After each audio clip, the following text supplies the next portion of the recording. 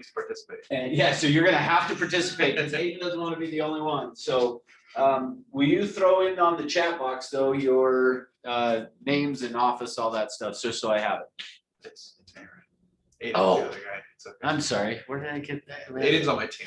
I know, And but we what look was kinda I alike. thinking that? I don't know. Anyway, sorry, Aaron's here, not Aiden, sorry. Good.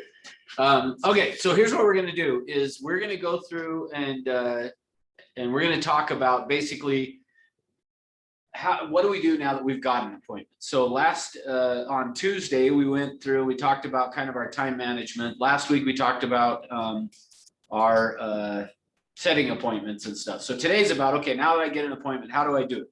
What do I do? And the idea behind this is gonna be tied around ultimately this. Think of it this way, is when a client shows up, what usually happens is they're coming to us, and actually, let me even pause on that for a minute. We're mostly gonna talk about working with buyers for this today. We will get to the seller one, I think. Can't remember what day we do the listing presentation, but so we're gonna do mostly the buyer presentation today. And then we'll get to the seller one, which, by the way, I leave out of town today. I'm flying out to this afternoon and gone all next week. So no class next week. Okay. For you guys on Zoom too. All right, so here's the idea though, is that what typically happens specifically when we're working with a buyer is we will tend to have them show up and they will be telling us what they're looking for in a home. And so how I like to say to think about it is this. They show up talking to us about features. So they will show up saying features, features, features, features. You know, I want 3 bedrooms, I want 2 baths, I want a 2-car garage. All of those are features. And they will tend to talk to us in terms of features when in actuality, what they're wanting actually is not the feature itself, but the benefit that is going to come from that feature. Keep in mind when you're working with somebody, specifically we're talking buyers today, they show up talking about features, but it's not the feature that they want. It's actually the benefit that that feature is going to provide. So that's what we're going to talk about today is how do we go from the features that they talk about to the benefits of what they're looking for. Now, with that in mind, I'll put this back up later, but let me get rid of it. And here's where I want to start today. Top 3 complaints about real estate agents. What do you think they are? I don't think they listen. Okay, good. So actually that one is number 2. Number 2, Number 2 is that they don't listen. Good. Any other thoughts? Come on, Is Zoom. communication too general, like They communication? show the wrong. So property. communication under is number too 2? general. That's gonna fall into 2 and 3, actually. Okay. Sorry. I say, show you the wrong, Okay, good. You're on the right show track. you the wrong. I'm gonna property. say it differently, but Okay. when you say show me the wrong property, Yeah, how they say it is that we waste There you go. their time. Yeah. So when you say they showed us, we were showing them properties that didn't work. Yeah. What they're saying is you're wasting my time looking at this. The number 1 complaint, which we're not going to talk a whole lot about today, is that we don't return calls. oh, really? So the top complaint about real estate agents is that we don't return calls. Now, don't be that. So that's all I'm going to say about that. Just return calls. Okay, check that one off the list of what we're going to talk about. Return people's calls. But the rest of what we're going to talk about is why do they have the experience of us not listening and that we waste their time? Any thoughts? Because we're not listening. Okay, good. Well, I know when I was looking before I was an agent, I say, okay, I do not want a split level home. Show me anything other than that. Okay. And what did the agent do? Show me a split level home. Hmm. I don't want that. Well, this is in your price range. Well, I don't care because that's not what I want. Sure. Yeah, it's like So- my wife says I have selective hearing. Yeah, Like, we just hear It's like the price point. yeah, And then like it the was, square oh, footage it's in the price range. sometimes. They Yeah. might want that. Yeah, perfect. Everything you guys are saying is perfect. Yeah, That's exactly what happens is they complained that we waste their time, therefore we didn't listen. And where that comes from is exactly what you guys were just saying, is that we have selective hearing and we say, well, so the only thing's in their price range, so let's go show them that or whatever. yeah. But keep in mind that what is going on here is that, and the truth is, we don't listen at the level that we should be listening at. And because we don't listen at the level we should, we do end up wasting their time. Now, here's why.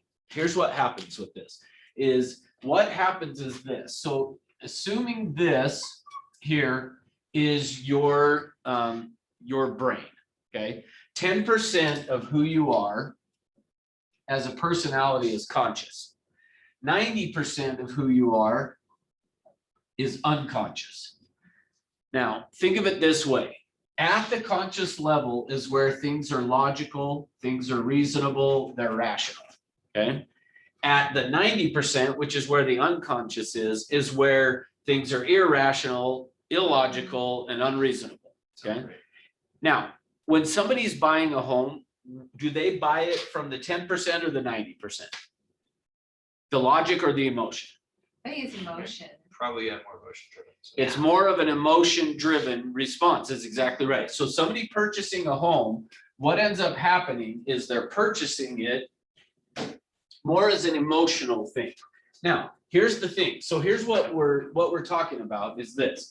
What happens though is, let's assume that I just met this person. However, so Aaron and I were talking earlier about he ran a Facebook ad on a listing that he has and picked up a buyer for that property. Okay. So let's say that I set an appointment with one of those people that called about the property.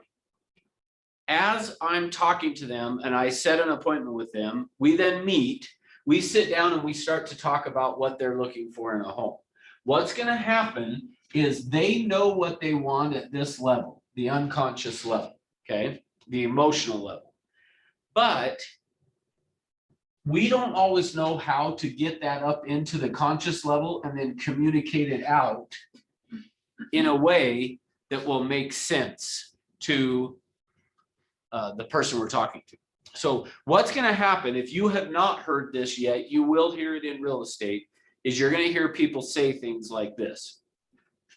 I don't know how to explain it to you. And what they mean is, I don't know how to put it at this conscious level.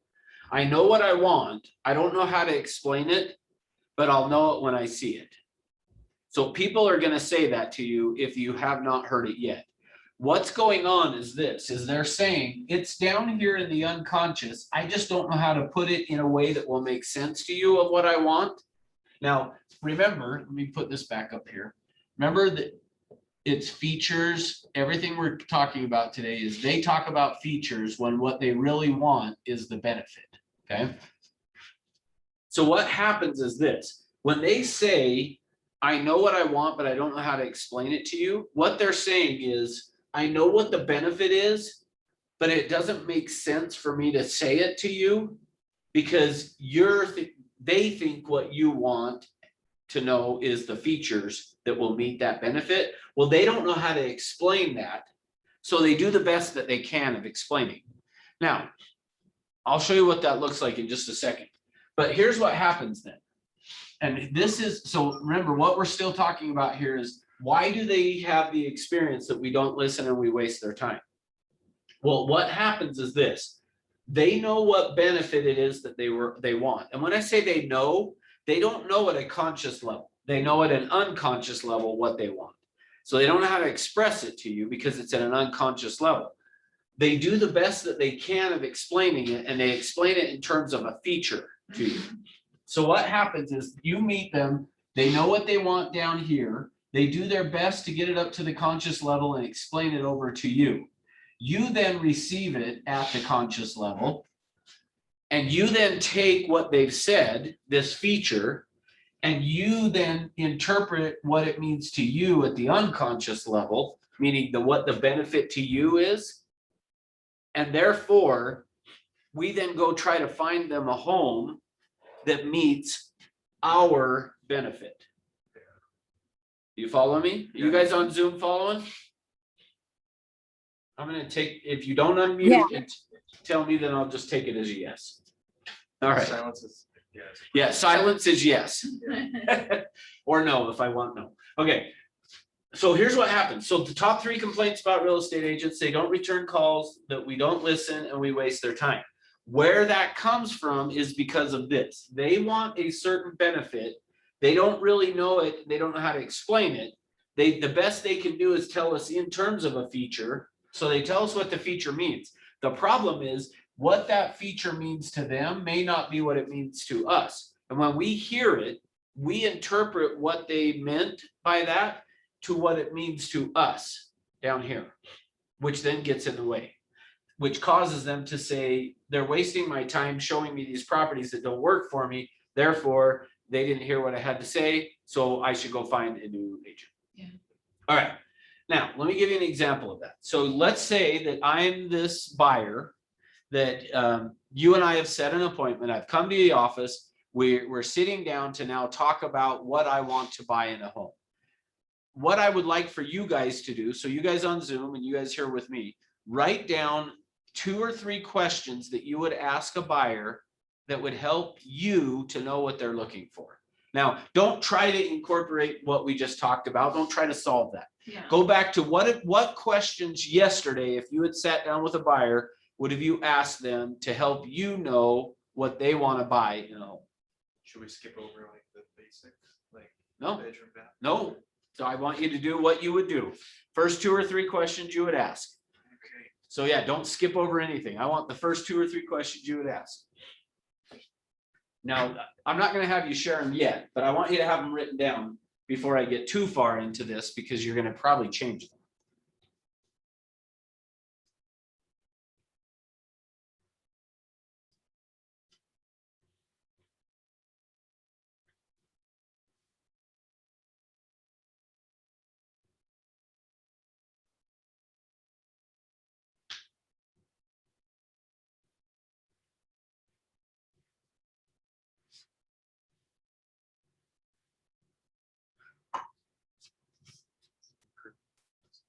What? It's just me proving that I don't listen. That's right. All right, here we go. All right, so here we go. Now, so let's say we've sat down, you've asked me your questions. And whatever questions you've asked, here's how I answered it, all right? Is that essentially what I tell you that I want is that I want to buy a home high on a hill with a view of the city lights. Okay, so if I had told you, I want to buy a home high on a hill with a view of the city lights, what would you then go and show to me? Now, and I don't need specifics, like I don't need to know, you don't need to tell me where and all that, but just like in general, In the, what would you go show me, Joan? well, on the East Bench or somewhere up. Okay, Sandy, Bountiful, that kind of thing. okay. And you don't even have to be that specific. Just if I wanted a home, I said to you, I want a home that's high on a hill with a view of the city lights. What are you gonna show me? Are you gonna show me, Single family home, like. okay, where? How less? Where?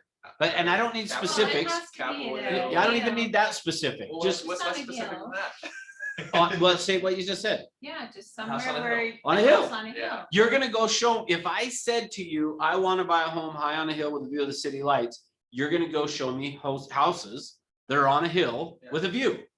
I mean, is anybody not gonna do that? Yeah, we got No. plenty of those. Okay, good. So that's what we typically would do, right? Now, so now let's run through what happens, how we get to this. Don't listen and waste my time. So as we've talked, I've explained to you, I want this home high on a hill with a view of the city lights, great? We now go out and look at properties. We walk up to or drive up to the first house, get out, we go look at it. We walk out on the porch. Now, what kinds of things are you gonna talk to me about? And I want, for you guys on Zoom, I'm not checking the chat box, so unmute if you wanna participate, but what kinds of things what are you gonna say to me as we're walking through, like, so we're at the first house. Okay. So we're at it, It's we're on a out, hill. we're walking around, we go out on the back deck. Well, I still want to know location, so I would say, okay, how do you feel about this location? How do you feel about this? Okay, so it's okay. Or on the drive-in, what did you think? Yeah. They might say, thought it oh, looked well, there's nice. trees in the way, I can't see. Okay, no, but what are you gonna say? What Like, am I gonna yeah, say? you're the Isn't this- agent, I'm the buyer. Okay, So we're out now, we're at the house. We walk out on the back patio or Say, deck, oh, wherever. but look here's at a that beautiful beautiful house on a view. hill. Okay, Yeah. right? Okay. Beautiful view, And yeah. I say, yeah, okay, what else you got? So what are you gonna do next? Get more specific of what area they're looking for. Okay, but let's say that I've told you area. I mean, even though I said let's not be specific, but hypothetically, I was specific of like, I want to be in Salt Lake County or whatever, like, that's Okay. fine. But okay, so, and I told you, yeah, I like the area. So, Okay, what's next? yeah, what, you gonna go show me another property? Or are we just looking at one? Oh, we're hoping to have a couple set up. Okay, so we got a couple, so we go to the next one. Okay. We're walking around and what? I would say, what do you like about this home? Okay, I like, yeah, the kitchen's nice. And, floor plan's kind of cool, I guess. Okay, I mean, I know I'm being a little bit difficult, but I'm just trying to get a feel for like, what kind of This things? is needs analysis, so I mean, it's, Yeah, don't Tell go me there. more Do what about you that. really would do, because, just say what don't you like about it, or? okay, what don't I like? I don't know. I just not feeling it. Okay, Well, tell me more about that. Okay, so, I don't know. I just like the way I feel when we walk out on the deck. I'm not really feeling it, I You're guess. feeling not really feeling it. Yeah, Okay, so What should we go look needs- at the next? sure. What is there to change the way you're feeling to where? Yeah, I'm to not like sure. I'll walking know out it when I on the see deck? it. Like, I don't know how to explain it to you, but I'll know it when I see it. When, Can you give me a situation where you did feel that way? I have a friend's house that we went to one time for a party and I just thought it was pretty cool. Well, where was that located? Just down the street. In this neighborhood? Yeah, in this area. Oh, wow. Can you call them up? Can you go look at that? you're getting a one word answer. I know, I'm being a little difficult. Okay, so let me show you what happens. So you've showed me properties and I keep saying, yeah, no, let's keep looking, not doing it for me, let's keep looking. Meanwhile, I go online and do what buyers do and I start searching properties and I come across one that I call you up. I go, all right, Aaron, found the property, I think. Here's the address or here's the MLS number. When can we go see it? So you go jump on the computer, you plug in the MLS number, up pops the house. It's not on a hill. It's tucked away in a canyon, surrounded by nothing but trees. So what are you thinking when you pull that, when I say to you, found the house we want to go look at? Yeah. You pull it up and see that it's in a canyon, it's not on a hill, surrounded by nothing but trees. Then you know what they're looking for. Okay, but what are you thinking I'm though? thinking, well, I just wasted a lot of time showing houses that they didn't want to see, It's like, why didn't they tell me that at the beginning? and there's no city lights here. Okay, And good. it's not on a hill, and you Okay. cannot see. All right, so But I'd also tear that house apart and figure out what it has versus what the other ones did, and I'd drive me crazy. I'm thinking he wanted seclusion and he felt that being on a hill, maybe the highest house or something, but it wasn't the views, it was the seclusion that he wanted. good. Yeah, you're on the right track, Rebecca. So, okay, so we go look at the house. We get there and I'm like, yes, this is perfect. This is exactly what I was trying to tell you that I want. And what you're thinking, have you guys heard the term yet? Buyers are liars? Yes, Yeah. It's not true, by the way. But it's just this. what, They don't know how yes. to tell you. So I'm gonna show you where that term buyers or liars comes from. Where it comes from is this. They show up telling us what they want in terms of features. But they're telling us in terms of features because that's how you and I have been trained to communicate. As kids growing up, we were trained to communicate based upon feature type of things. So they're telling us the features that they want, not really the reason they want them, which is what Rebecca was saying, is if ultimately what I wanted was seclusion or privacy. And ultimately, when I felt like I had seen it before was what and I used the example of I was at a friend's house just down the street and I felt like it. Maybe what it was like what she said. Maybe it was all the way at the top and there were a bunch of trees down below blocking to where people couldn't, I could see everything. Nobody could really see me. And maybe that's what I liked about it was the seclusion of it or the privacy of it. And the only way that I could interpret that to you at a conscious level was to be able to put it in terms of, well, it was high on a hill with a view of the city lights. See, it wasn't the feature that I wanted. It's the benefit that that feature would have provided to me that I was looking for, okay? But here's the problem. What happens now, remember, they're telling me in terms of the conscious level. It comes into you at the conscious level of, I want a home high on a hill with a view of the city lights. Now, for you guys on Zoom, and more than just Rebecca, I mean, Rebecca can participate, but I want others to as well. Be the buyer, even if you don't want a home high on a hill with a view of the city lights, think about what is a reason people would want it. And I want to hear from multiples of people. So Different buyer. yeah, different buyer, like it just anything, either you yourself, if you wanted it, why would you want a home high on a hill with a view of the city lights? If you wouldn't want it, just tell me why you would think somebody else would want it.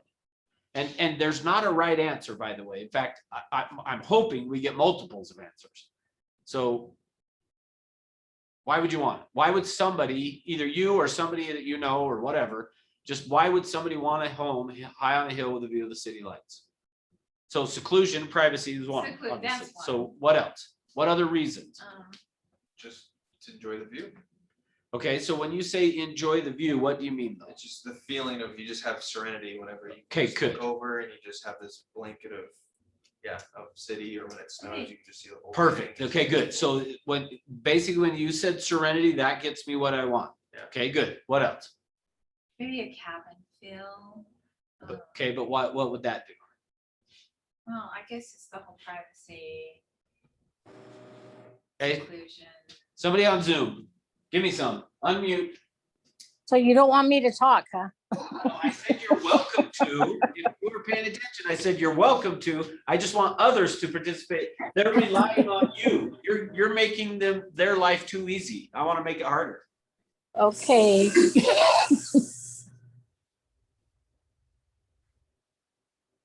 So you're welcome to give one. I just want others to as well. Well, maybe it gives him a feeling that he's arrived financially. Okay, good. Some prestige then. Good. What else? Somebody else on Zoom. Or are the rest of the people not really watching? You're just pretending. You just logged in and Trying to get those. so you get, getting credit without being. Without being there. Apparently that's what's going on because they're not responding. All right, let me make it easier. Someone besides Rebecca that's on Zoom, unmute and just say something. Say hello. Just so I know you're even actually there. If you don't. Hello. Hey, There we We go. got two. All right, so you are there. Good. Yeah, but there's 7 of us. Where's the other 4? I know, that's, now you know why I said someone besides you had to. See, they were relying on you to carry the ball for them. So, okay, so now I had Tristan and Glenna say something. You guys got nothing? Oh, let's see. Heather said her mic isn't working. I said hey. What did you say, Tristan? I just said hi. Oh, I know. So yeah, but why would somebody want a home high on a hill? Oh, home high on a hill. Yeah, why would they want? I mean, it could be a good view. It could be less chance of flooding. It could be Okay, good. I don't know, maybe they just like being able to be in the way of everyone else's view. I don't know. It could be a number of reasons. Okay, good. Okay, good. Give me one other one. Let's see. I think actually, Isaac said location, location, location. But what about the location, Isaac? You guys are forcing me to go check the chat box. Heather said luxury homes are often on hills with a view. Okay, good. So that would be back to the That's the prestige. prestige. Yeah. Okay. So, Can I add one? yeah, Because it reminds me of family time that we used to go up and watch the good. 4th of July things all over the city, and I want to be able to experience that again. Perfect. Okay, good. So yes, awesome. So now, there's many, many more that it could be, guys. There's many more other things that it could boil down to. But here's the point. Here's what I want you to see is, remember I said they have the benefit they're looking for. They express it in terms of a feature the best that they know how. Now, like I said, it's possible that the person's looking at it saying, I was once at a friend's house and this is how it made me feel. Therefore, a home high on the hill is what's going to make me feel that way, when it's actually not the feature itself. Now, the feature does play into it, by the way, but it's not the feature itself. Or let me say it differently. There are multiple features that could meet it. So back to the example I used of me, I want a home high on a hill with a view of the city lights. Well, then all of a sudden we see one in a canyon surrounded by nothing but trees, and I want to buy that one. Well, maybe what I realized is the home in a canyon surrounded by trees actually gave me the privacy, or maybe the view that I really wanted was of the trees, not the city lights, even though I said city lights. So just keep in mind that it's a benefit. There's some benefit that they're looking for, and the way that they express it is in terms of a feature. So here's what I'm saying to you guys. Our job in a needs analysis is to go from the feature that they're saying they want to figuring out what is the benefit to that feature.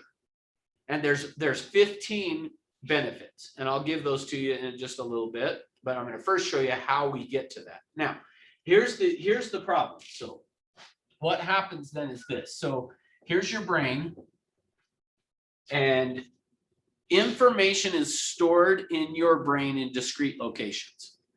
What that means is the pictures are in one area, the decisions you've made about them are in another area, and the feelings are in another area. Okay? Meaning, when somebody, as people are living in a house, as they go and visit people and see other people's houses, every time they're having an interaction with a neighbor in their house, a friend's house, they go to a model home, they go to a parade of homes, everything they're doing within that is they're taking the pictures that they're seeing, the decisions they're making about all of these houses that they see as they go to different people's houses or their own, or they go online and look at them. They're filing that information away in the unconscious.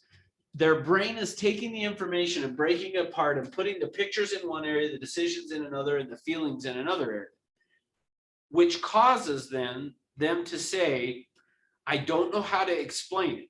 And the reason they don't know how to explain it is because these things are now disconnected. So it's there, the information's there. So let me even put it into just a normal life scenario. I have a neighbor, that I think I might have talked about this. I told you guys the other day about my neighbor that ran into the telephone pole that knocked the power out for a while. I don't remember that story. Okay. I don't remember what day it was. Anyway, within the last week, one of my neighbors runs into a telephone pole, knocks it over, or the light pole, I guess, and the power's out for till 3 a.m. Well, I was talking to him the other day and asking him about, hey, so how are you doing since the accident? And he was kind of telling me, like, I'm scared to drive and da. See, what's gone on is after that accident happened, all of this stuff is still connected together. The pictures, the decisions, the feelings of it. And as time goes on, though, your brain starts to break those things apart and store them in these discrete locations, meaning you could have a traumatic experience and over time you can kind of somewhat let it go, but then you're going to have triggers that will then bring those things back together. So if you think about it that way, a trigger, all it is bringing back the pictures, the decisions, and the feelings back together to the surface. Okay, so it's all there. It's just like the reason he can have that accident and probably in, a few months or a year, he won't be as nervous going out and driving around is because this stuff it's still there, Yeah. yet it's not at the surface. And so your brain then separates these things. So in essence, think of it as your unconscious is basically that of you've got the pictures in one area, the decisions and the feelings in another area, which allows us to survive, basically, is it not have to walk around for the rest of our life totally freaked out about or getting in a car all the time. Now, there are triggers, no question, that you see pictures of things or something happens and it brings back the decisions and the feelings back to the surface. So in terms of a house now, so let's go back to a house. That same thing has happened. They know what they want. They have the pictures, they've got the decisions and the feelings about it, but they're in these discrete locations and they don't know how to bring it back together. Therefore, they say, I'll know it when I see it. I don't know how to explain it to you, but I'll know it when I see it, is because the information's there, but it's separated. Our job in a needs analysis is to bring all of this stuff back together again. And when that happens is a term that we would call crystallization. Okay. Crystallization is the most important thing you're going to learn from this class today. Of what we're going to talk about. If you don't remember anything else that we talk about today, please remember that the whole point of what we're going to talk about or what we are talking about is creating or causing crystallization to occur. Your whole objective is I need to create crystallization. Now, here's why. Nobody makes any decision in their life to buy anything without crystallization occurring. Now, it's not as major on like a candy bar or something, Yeah. but you will not buy anything until you crystallize on it. So the challenge that you have when you have a buyer who's out looking at property after property after property, they're not making decisions. They're not making decisions. What's going on is they haven't crystallized. And what they're trying to do is to cause crystallization to occur. But now the way that most people know how to do that is I got to go look at a bunch of houses. So anytime you have a buyer who is looking at house after house after house after, if you get to showing them more than, I don't know, 8, 9, 10 houses, that is a sign that crystallization has not occurred. Your job in this business, whether it's with a buyer or a seller, is to cause them to crystallize. Because once they crystallize, they're empowered to buy. They'll make a decision and they will buy once they crystallize. Until they do, they won't. Why are you smiling? Because I'm going through this right now. Okay, good. Good. For you personally or a client? Client. Okay, good. Well, this is going to be helpful then. So your job now is to cause people to crystallize. So what we have to do then is think of it this way, as it's a 3-step process. The first step in this process is we have to get them picturing what it is that they want. Once they have done that, then we have to have them telling us about the decisions that they've made about it. And then finally, after we've done all that, we can bring the feelings into it. And when that happens, should cause crystallization to occur. And when crystallization occurs, they should be able to tell us the benefit that they're looking for in the home.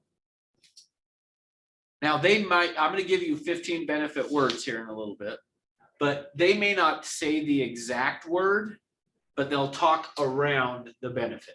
So for example, somebody who says they want the home high on a hill with a view of the city lights, those are features. Well, what is it about the feature that you like, or what is it that it does for you that makes it important, is what's going to get us to then the benefit. Now, here's the key thing. Once we land on the benefit, they're ready to buy. And let me say it this way to you to make sure you get it. The feature they described in the beginning, once they know what the benefit is, the feature they described in the beginning may not be the feature to meet that benefit. So my point being, somebody who is newer to the process, to buying, or has thought about it a little bit, but not a lot, kind of a thing. What may happen is that you may sit down and talk to them and say, give me an idea of how many bedrooms, baths, where do you want it to be, and blah, blah, blah. And they say, I want it high on a hill with a view of the city lights. You then go looking for high on a hill with a view of the city lights when they're looking for the benefit. So when we go into the home, they're looking for the benefit that, which is tied to the feeling piece of this. They're looking to the benefit. You're looking still at the feature. And here's where this comes into play, that we waste their time, we don't listen, is what happens is this. They go to the property and let's say they wanted it for prestige. So let's use the example that I did. You had asked me about, when have you seen a home like that? And I said, oh, I went to a friend's party. You then interpret it that what that means to you. And maybe it means to you the prestige, or maybe it means to you the entertainment of it. So when we go look at a property, you're gonna then talk about what that feature, the benefit to that feature means to you, not what it means to me. Therefore, I feel like you're wasting my time and you didn't hear what I said, because let's say that if I wanted it for privacy and you walk out on the deck and you're thinking because I said I saw it at a party at a friend's house, you're assuming I want to have parties at my house. Therefore, we get to, and we're out on the deck and you're like, oh, can you imagine all of the people out here dancing on the deck and looking at you can see the view, but yet remember, I wanted it for privacy. I don't want people there. Because see, when I went to my friend's house, I was there picturing myself sitting out there by myself, not with all these people. But we get to the house and you start talking about, think about all your friends out here on the deck and having, and you're going, and then I'm, in my mind, I'm thinking, okay, well then this house isn't gonna work because I don't want all my friends coming over to party.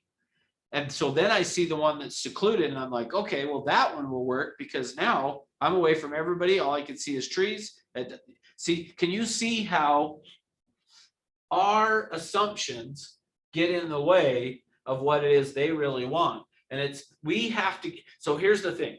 We have to get to the benefit that they're looking for. And until we get to the benefit they're looking for and what it means to them, they're not going to buy. And if you talk about it in terms of what the benefit means to you, they then feel like you didn't hear what I said because you're talking about you. So one of the things you will hear me say from time to time is it okay to let them buy the house they want? You guys are not sure? Oh. I mean, I hope so. Yeah, that was not a they want it. hypothetical question. Oh, okay, Is it okay to let them buy the house they want? absolutely. See, we say that and almost you guys didn't respond because to some extent you're like, well, duh. Yeah, that's like, Right? well, what else would we say? Except for that, here's what I will tell you. This is happening and you don't even know it. And what I mean by that is when you go show a house to people, you will start talking about the things you love about the house. Even if you don't say, I love it, you will look at and be like, oh, this table, look at that table, it's so nice. You'll talk about the features of a house that you like rather than the ones that they like. And more important than that is we have to land on what the feature is, or excuse me, the benefit is that they're looking for. Because if I know what the benefit is that they're looking for, instead of talking about the feature, see, here's what I mean. If you knew that what I wanted a home high on a hill with a view of the city lights meant was that I wanted privacy. When we go to the house, that's what you talk about, is the privacy. You don't even have to talk about the view of the city lights. Yeah. You basically are asking them, Yeah. hey, so does this home look like it would give you the privacy you're looking for? See, that's what I'm wanting to know as an agent is this home gonna meet the benefit you're looking for? I'm not asking, is this view gonna be good enough? Yeah, Because it may or may not be about the view. But we get caught up in the view because see, anybody that said they wanted a home high on a hill with a view of the city lights, you're gonna assume they want a view of the city lights. So you're gonna go up there and constantly talk about, oh, look at the view and look how beautiful it is. Do you want to go see it at night? And Yeah. if for me, it was about the seclusion of it. And the reason I wanted the high on the hill and view of the city lights is because then nobody could see me. I can then, and you're talking about the view. I'm like, I don't know. You it's like, follow? yeah, it's nice, but Yeah, that's right. That's what they'll say. Yeah, it's nice, but it's not doing it for me. It's the Yeah. feelings, okay?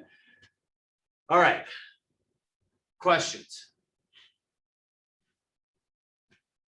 If not, we're going to the next piece then. I'm gonna erase all of this, but the C. C stands for crystallization, okay? All right, so how do we do it? So here's the next piece of this. So how do we create the crystallization? Because at the end of the day, remember I said, if you don't remember anything else from the class, remember that what your job is to cause crystallization. We're going to talk now of how do you cause it. Because the way that you and I have been trained to communicate is designed actually to block crystallization. The way you and I tend to communicate. So let me show you what I mean. So Aaron, can we use your questions you wrote down? Yeah.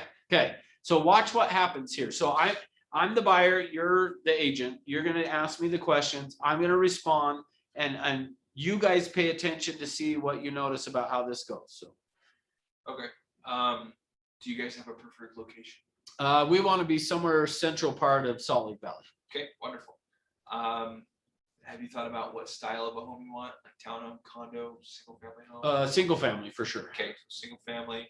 And then have you guys decided on a size of the house? Probably 4,000 to 5,000 square feet. Okay. That's my first big question. Okay, so what would you do next? Keep going. Okay, so location, so size. Okay, 5,000 to 6,000 square feet, right? 4 to 5. 4 to 5,000 See, square already you feet. didn't listen. Yeah. Anyway, it's okay. I'm kidding. Is there is the square footage okay, or do you have a certain number of bedrooms you guys need as a minimum? Probably would want a minimum of at least 3, but 4 would be better. Okay, so 3 or 4, and then bathrooms. 3 to 4. Yeah, I Okay, mean, however, 3 to same, 4. probably the same number as the bedrooms, I would guess. Okay, okay. All right, so what are you hoping? Is this gonna be a primary residence, or what are you hoping? to do with Primary the house, house? yeah. Yeah, Okay. we're gonna sell the one we're in. Okay, and think, Ready to go show me houses? I know, right? Okay, so here's the thing. How much now, and I'm picking on Aaron a little bit with it, but don't it wouldn't be much different with most everybody. How much benefits did we get to there? 0. Yeah, 0. Yeah. But again, but part of that is, and I'm not judging you or saying anything that way, and I wouldn't anybody, because the way you and I have been trained to communicate is that it's through a process, and especially with men, we tend to hunt and gather. Meaning if you go back in time 1,000 years ago, what was the man's job? Go get food. Provide food, That's right. Provide, right? What was the woman's job? housekeeping, Okay. Which, take care of the kids. that's make right, sure- nurture. Yeah, nurture, yeah. So men by nature, going back in time because of, anthropologists would just say we were hunters and gatherers. Women are more nurturing. As a result of that, this process we're going to talk about, women tend to do it more naturally because it's just kind of in your DNA. Now, with that being said, though, over the last, 50, 60 years, more and more women came into the workplace, which as a result, they had became a little bit more of hunters and gatherers. But the good news is for us guys is it's kind of softened us to be a little more nurturing, maybe not much, but a little. So now, here's the thing.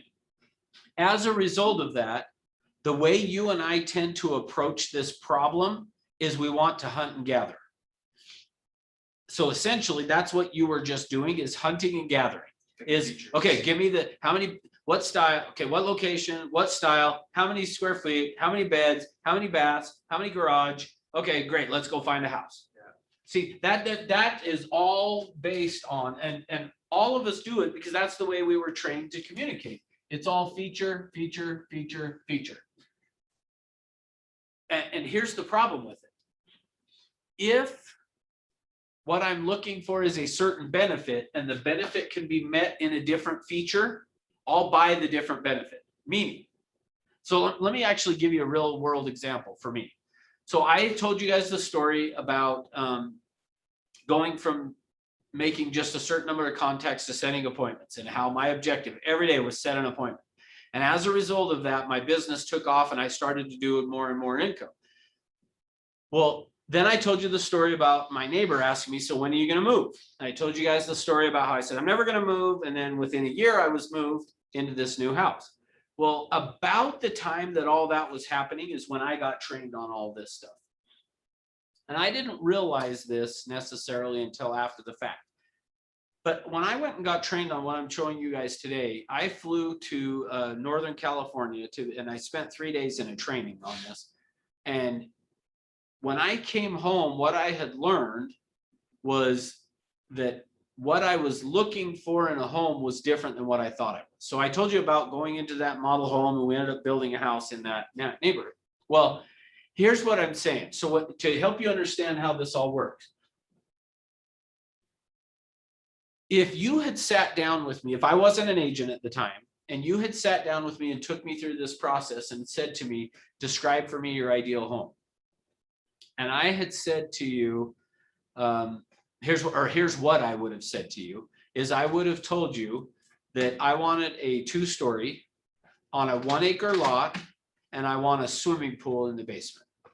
Okay, that's, if you would have said, you know, what are you looking for in a home? I would have said, our next home will be a 2-story on 1 acre lot and have a swimming pool in the basement. Now, the home I have right now is a 2-story. It's on a 1/4 acre lot and it does not have a pool. Yet I bought it.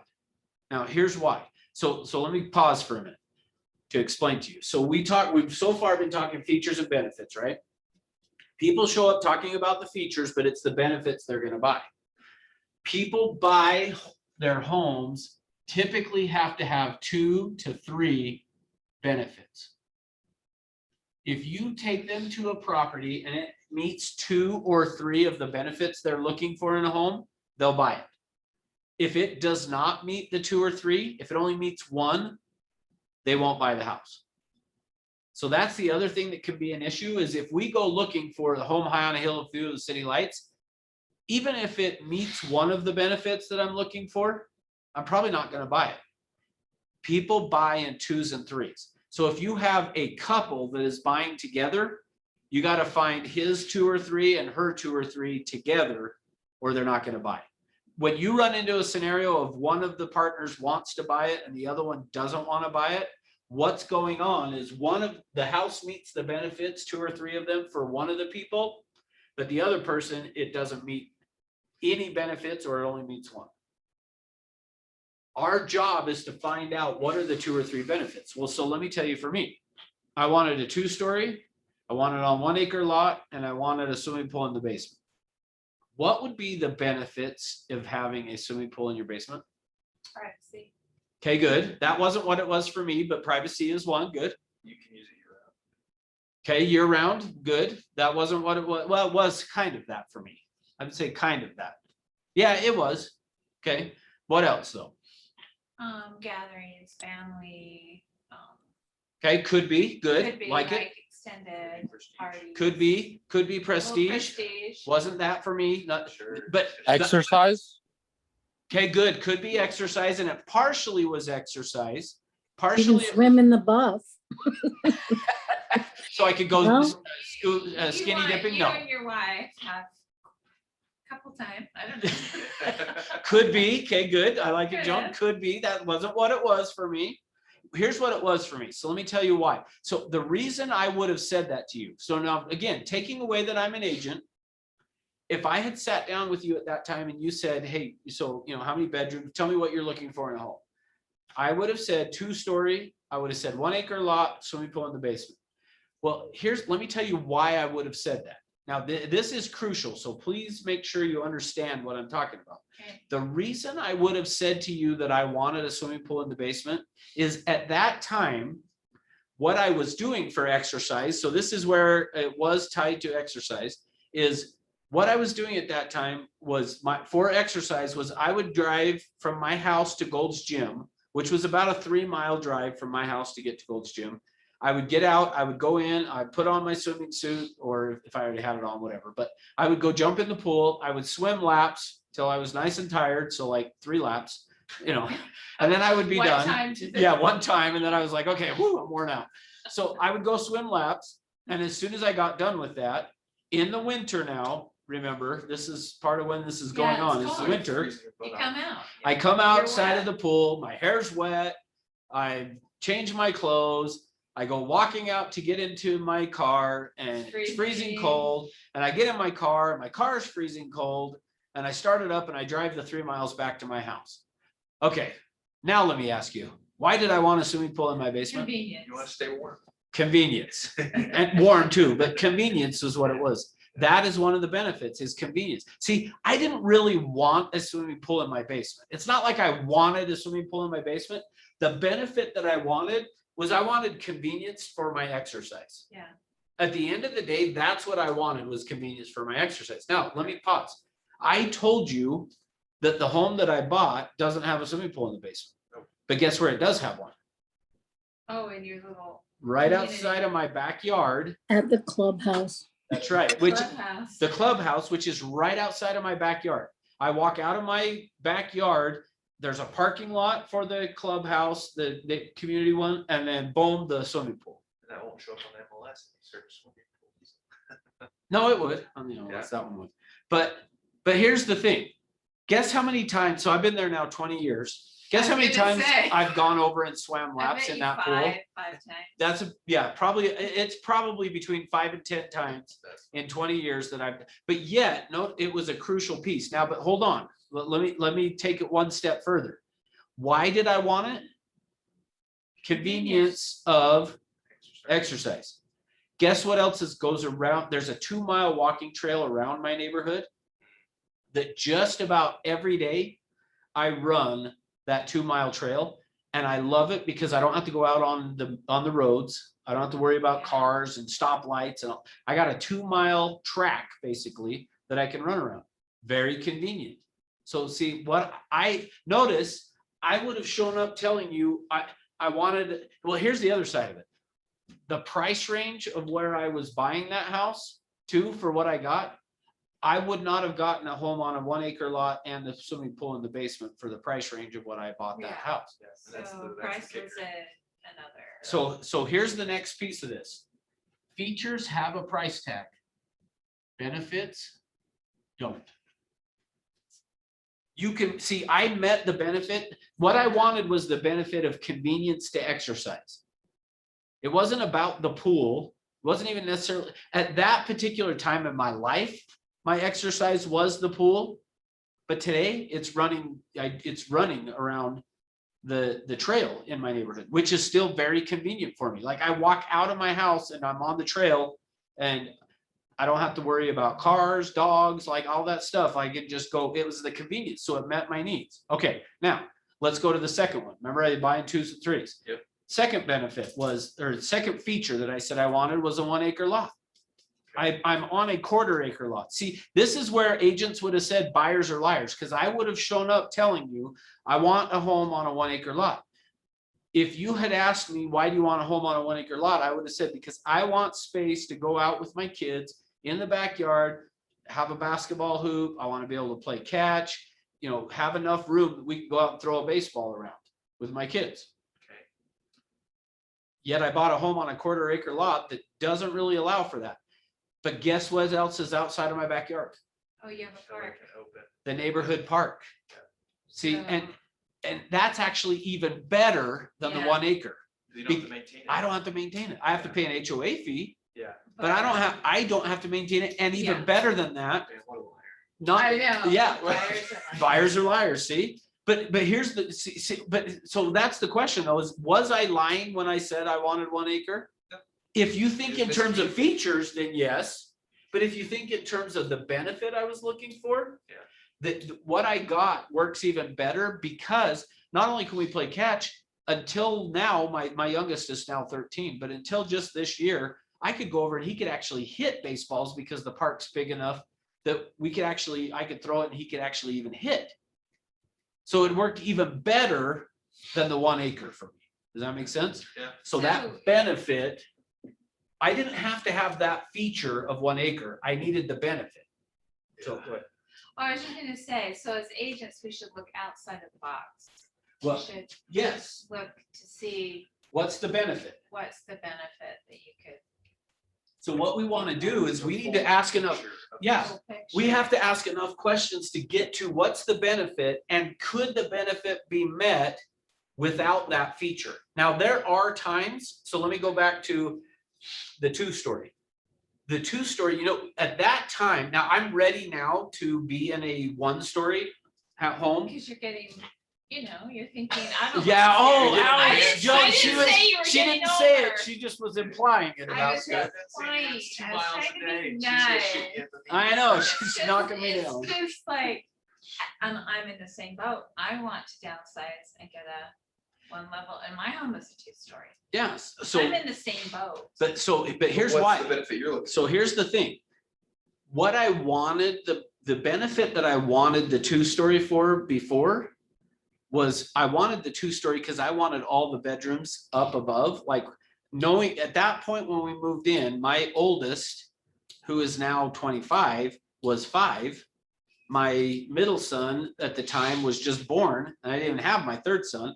And so for me, it was more about, I don't want to have to worry about somebody climbing in my kid's bedroom window at night. Oh, And so it was about the safety or the security is what I was looking for, the peace of mind. Yeah.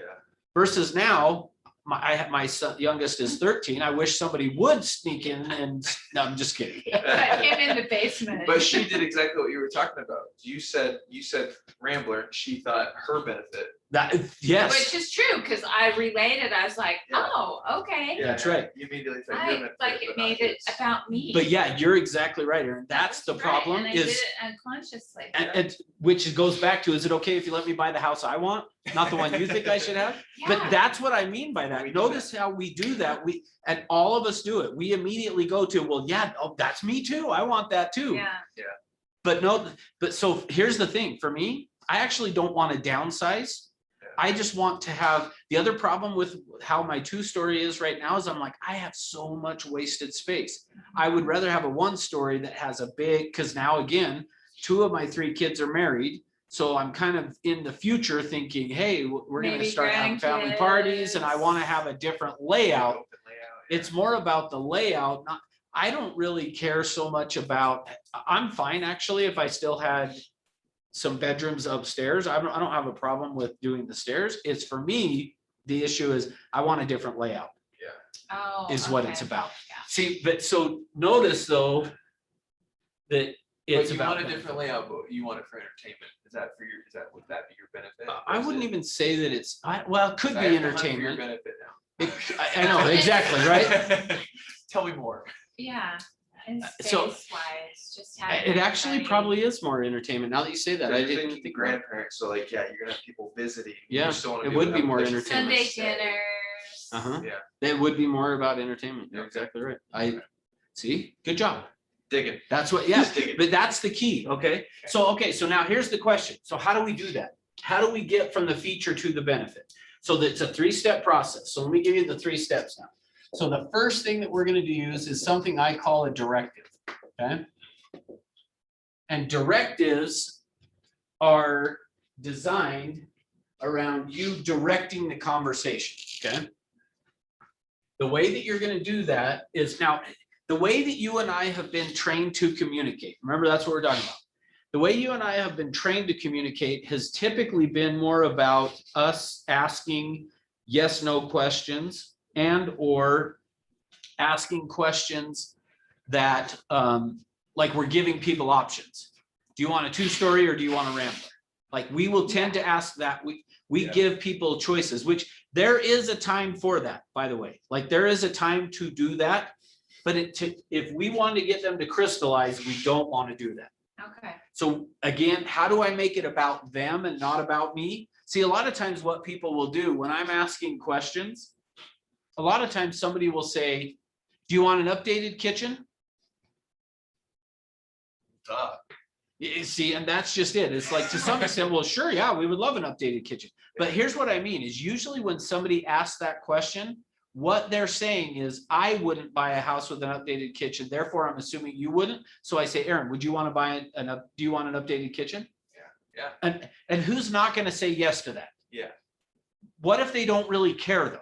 Yeah, because then you're limiting yourself on the features of that house versus the benefit that they actually well, the want. homes that's that right. you can show. that Exactly, you're have making it harder on updated yourself. kitchens. You're making, Yeah. that's, thank you. That's what happens is we make it harder on ourselves. There's already low inventory, guys. Yeah. That's right. Yeah. Don't make it worse on yourself Yeah. by you, and you create the problem. That's Yeah. the thing. Yeah. And this is where we get that we don't listen, because watch this. So do you want a home with an updated kitchen? I don't care. Yes. Well, no, yes, because typically they're yes. gonna say, yes, they do. Absolutely. Yeah, it'd be great. Or they go, As a we matter don't of really fact, care too I much. need that. Yeah, or Yeah. they'll say, I mean, I haven't been too concerned, but it would, yeah, it'd be nice. Well, now, because it's important to Now I'm me, adding things to their I'm list. adding to it. So now I go out and look at homes. Now, guess what? We go look at houses and I'm like, you're gonna love this updated kitchen. Yeah. Well, if he doesn't really care, Yeah, then you're gonna walk in, yeah, it is nice.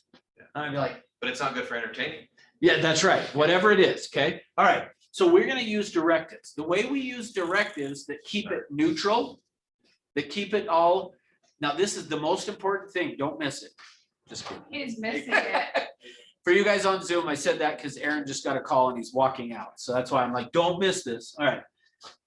The way that we want to do this, though, is we want to keep it neutral. Keep it about them, not about me, is what I'm going to use. This is the one I usually say, is describe for me.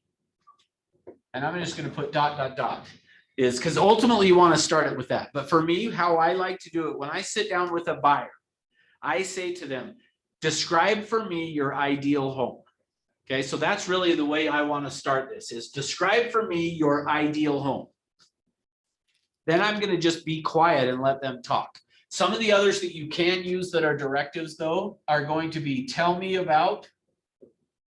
So tell me about, share with me, or help me understand.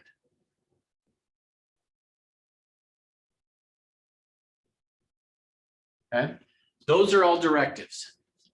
Describe for me your ideal home. Share with me or tell me about, help me understand. I always start it with describe for me your ideal home. Then I'm just going to sit back and be quiet. Now, as a part of that, so a subcategory of these directives is I'm going to use something called prompters. Okay, so I want to use prompters. Prompters are going to be what else? Keep going. Say more. Let me see, what else am I missing? You could do tell me more as well. Okay, so prompters are going to be what else, keep going, say more. Now, I have been using this on you guys all the time. And in fact, I'm not remember if it was today actually, but I remember on Tuesday, I had asked a question and somebody responded and I said, say more about that. And then they Okay. talked and I say more about that. Tell me more.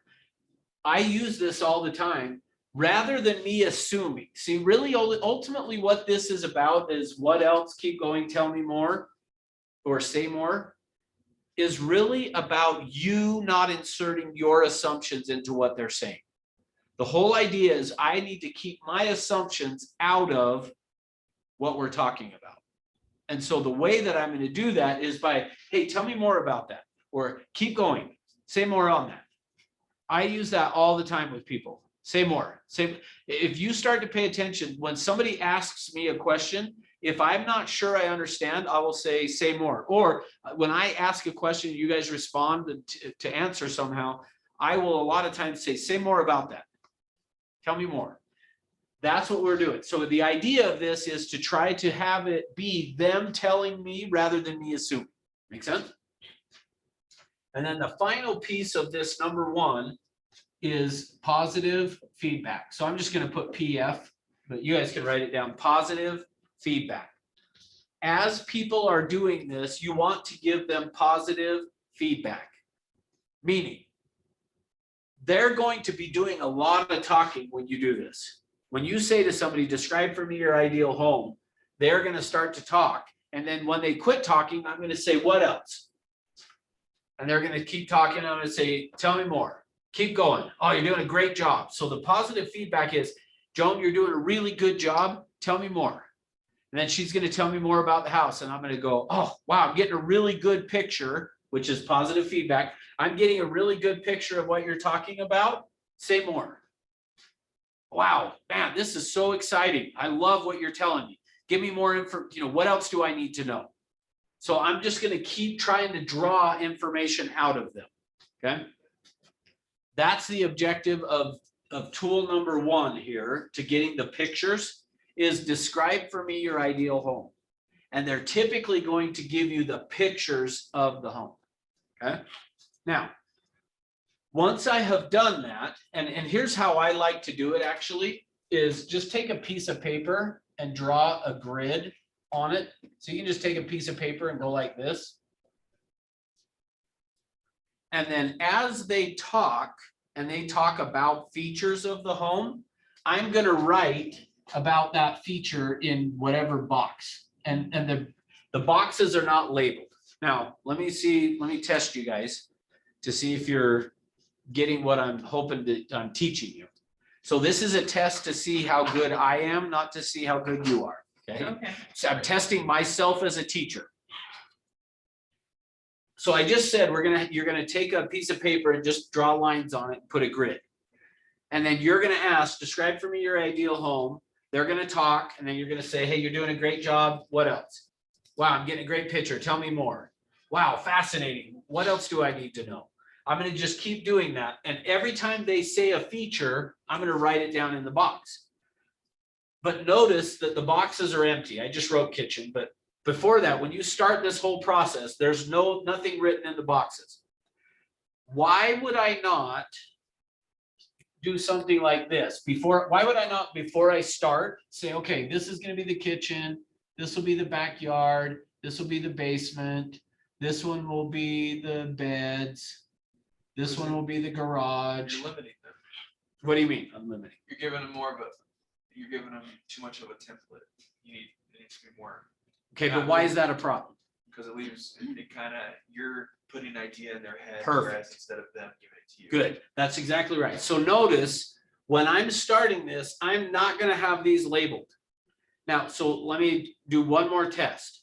So what happens if the kitchen is important to me in the house?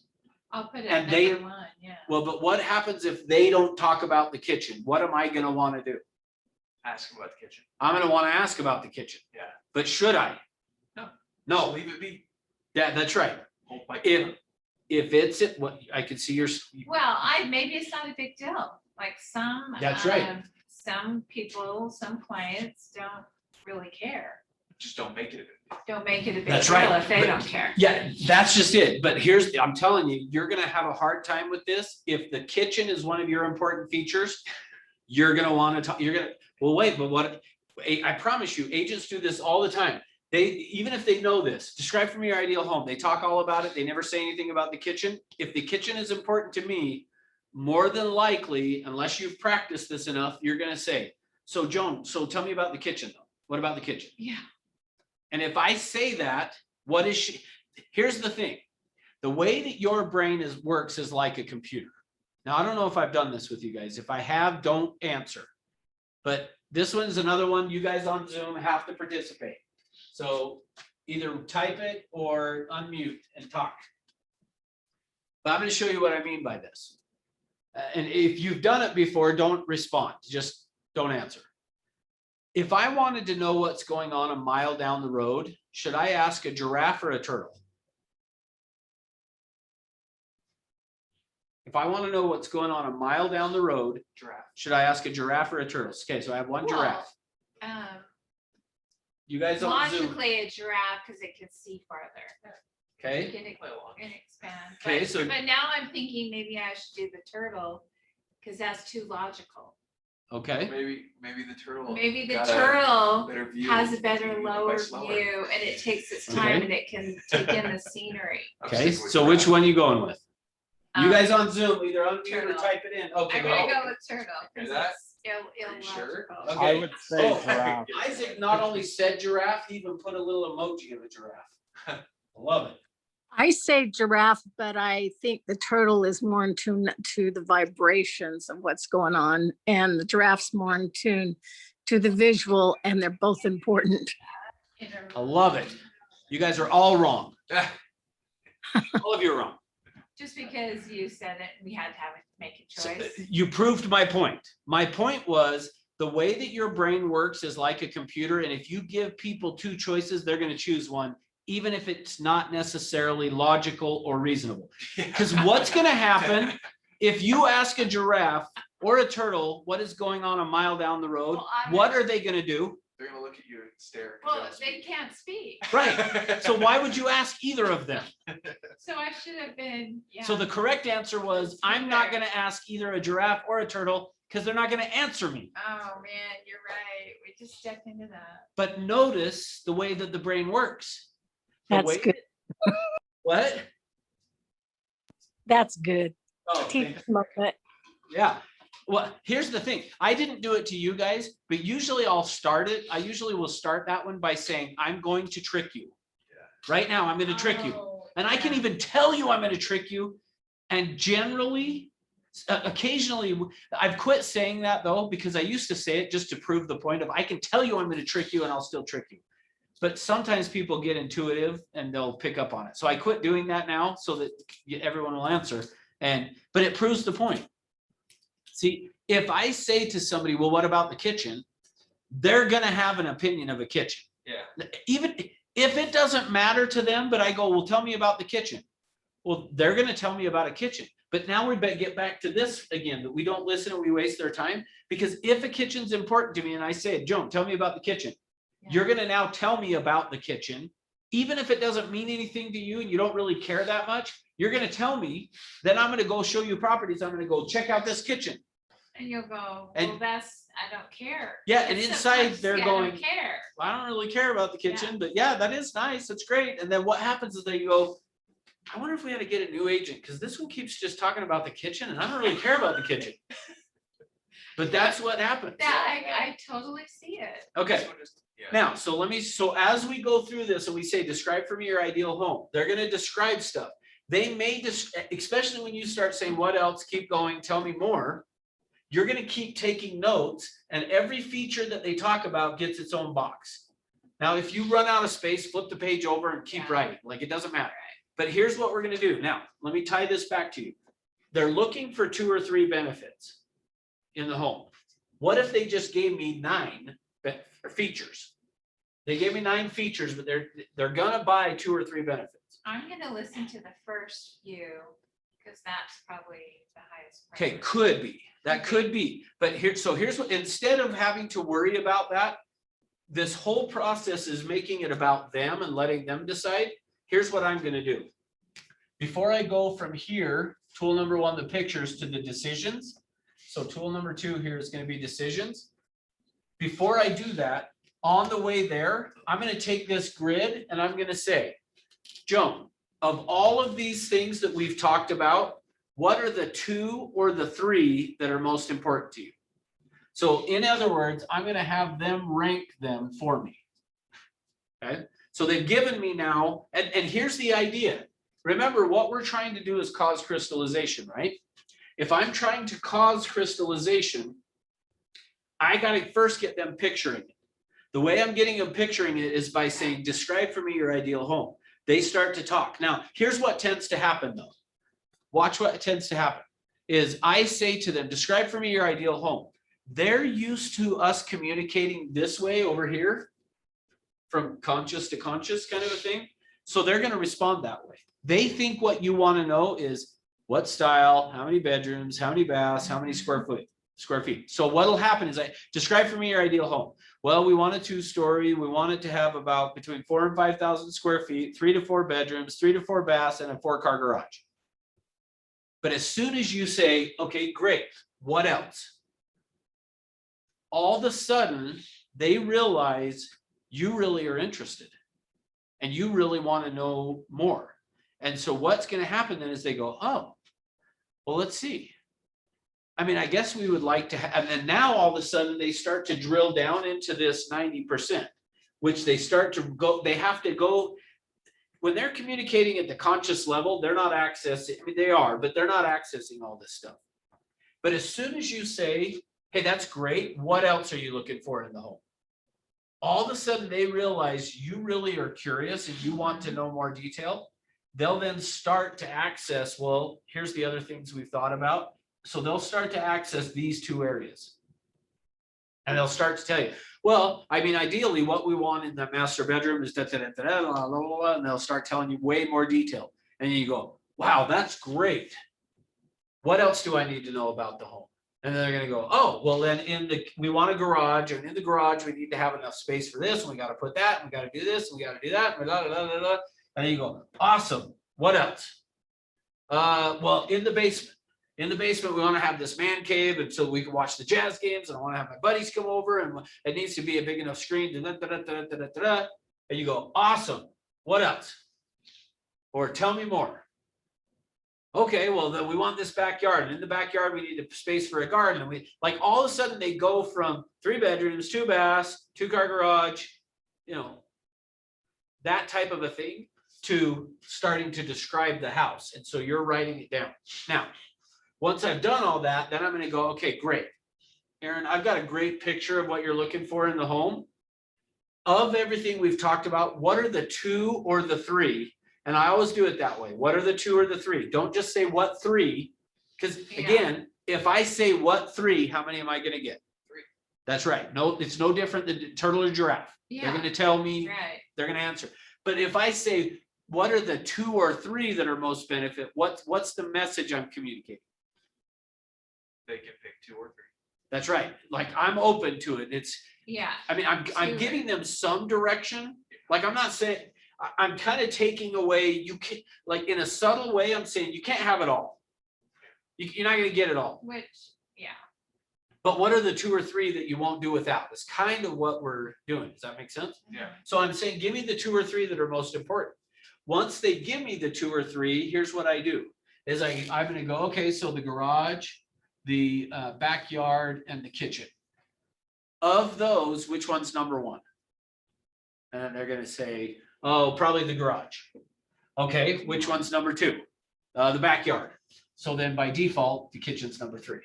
So now I have my 2 or 3 that I'm gonna try to get to a benefit on. See, I'm not gonna try to get to a benefit on the basement or the bedrooms, because it's not those, what they've told me is those aren't that important. I need the 2 or the 3 that are the most important. And now I gotta land on the benefits of those 2 or 3. Well, so now how do I do that? That's the next piece over here. So tool number 2 is designed about, so tool number 1's getting them to access pictures and decisions, but mostly pictures. Tool number 2 is about the decisions, okay? So tool number 2 is what we call modifiers. And the modifiers are going to be who, what, when, where, how. Okay? Who, what, when, where, how. So here's what I'm going to do is now on the modifiers, I want to ask 5 to 7, at least 5 to 7 of these type of questions about each of these features. So let me show you what I mean. So let's say that I said of these, what are the 2 or 3 that are most important? Garage, backyard, kitchen. Great. Which one's number 1? Garage. Which one's number 2? Backyard. Which one's number 3? Kitchen. Great. Let's talk about the garage now. So in essence, I'm now going to take this box and we're going to now talk about the garage. Okay. And I'm going to start with either a directive or a modifier. I typically start with a directive and then go to modifiers. And I want to ask between 5 and 7, who, what, when, where, how questions about this. Now, you will notice I left one off. Why? I just gave you the answer. Yeah, why? What one did I leave off? why? Why? Now, why did I leave it off? Any ideas? Because I intentionally left it off. Too open-ended? It's too much tied to the feelings. Okay, Oh, The why question is how we're going to get to the benefit. okay, Make sense? okay. Okay. So let me show you what this looks like. So now we're going to talk about the garage. I'm going to say, so Aaron, picture yourself in the garage, which is another directive. I'm giving their brain an instruction. Yes. Picture yourself in the garage. Tell me what you see. So then I go, tell me what you see. And then he's gonna start telling me about, well, there needs to be a spot for storage, and we need to have space for bikes, and we gotta have a space for the lawnmower, and I'm gonna have 2 cars in there, and blah, blah, blah, and I've stored a motorcycle, and I got all my fishing equipment, and I got that, that. So as he says all of that, under starting with a directive, describe, picture yourself there, tell me what you see. I'm now gonna ask, well, who all is gonna use the garage? And then he's gonna tell me, oh, it's only me, or he's gonna say, well, me for the this and my kids for the that and blah, blah, blah, blah, blah, whatever. And then I could say, well, what do you use the garage for? Well, I wanna have a workshop out there and blah, blah. Oh, okay, so what kinds of things do you make in the workshop? See, I'm gonna just try to build on what so by saying, describe for me, or excuse me, not describe. Picture yourself in the garage, tell me what you see. And he tells me, well, there's gonna be shelves. Okay, well, how many shelves do there need to be? Does that make sense? Yeah. Oh, I'm leaning up against wiping all this stuff off. So I may ask, where is the garage gonna be in relation to the rest of the house? Because maybe he's saying, well, it would be a detached. Well, maybe he wants a separate, like a work. Yeah, that's right. So I'm just gonna be asked, who's gonna use it? What's it gonna be like? Where's it gonna be? When do you use it? How do you use it? What type of stuff do you store in there? What kinds of things do you do woodworking? How often are you woodworking? Like, I'm just gonna ask all these, what are the decisions they have made about it? Does that make sense? Right. Is somebody like? They've peeked in. Yeah, no, what's- All right, does that make sense? So that's what I'm gonna be doing, is I'm asking who, what, when, where, On how. their number 1. is it? Okay. We're on Yep, number just one. on number 1. Number 1. Okay. Now, once we have asked at least 5 to 7. Now, I will tell you, sometimes I'll ask 12. Like the key thing is we're trying to create crystallization. And in order to do that, I got to get them picturing it and making decisions or telling me the decisions they've made. So I'm going to ask as many of these questions as I can to really get them picturing it. Once I've done that, then I'll come over here to number 3. And number 3 is what I call the tag. But in essence, the tag is where the benefit should show up. Okay, so and the tag is going to look like this. What does blank, so in this case, the garage, mean to you? Or I will say, why is that, meaning that being the feature, whatever it is, important? So this is where the why comes into it now. If you ask the why up here, well, why do you want a garage like that? They're gonna go, well, it's just what I need, which is not a benefit. Or they're gonna go, oh, it'd just be great. Or you'll say, why do you need a garage like that? Oh, it'd be perfect. Well, that's not a benefit. So instead, I don't use the why here until I've asked 5 to 7, and then I could say, so what does having that garage mean to you? If I have asked enough questions to get them picturing it and thinking about the decisions they've made about it, when I say, what does having that mean to you, they should say one of the 15 benefit words, which I'll give you in just a minute. Or they'll talk around it. Okay, so like, let's go back to me. So let's use me again. Describe for me the ideal home. I want a 2-story, I want 1 acre, I want a swimming pool in the basement, blah, blah, blah, blah, blah, blah, blah. And you go, okay, great, what else? Keep going, tell me more. I talk all about it.